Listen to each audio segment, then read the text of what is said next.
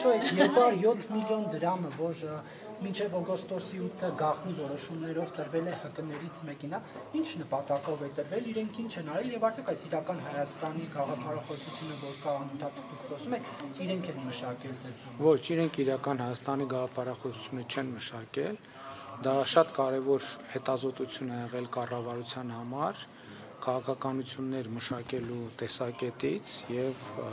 ես կարծում եմ, որ դա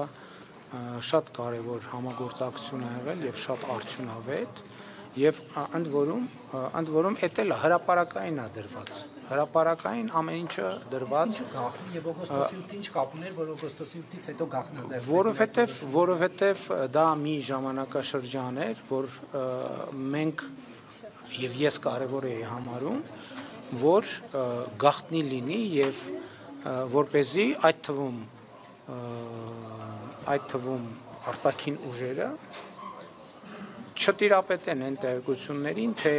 ենթատեքստային եւ սոցիալ հոգեբանական ինչ թեմաների վրա է աշխատում Հայաստանի Հանրապետության կառավարությունը։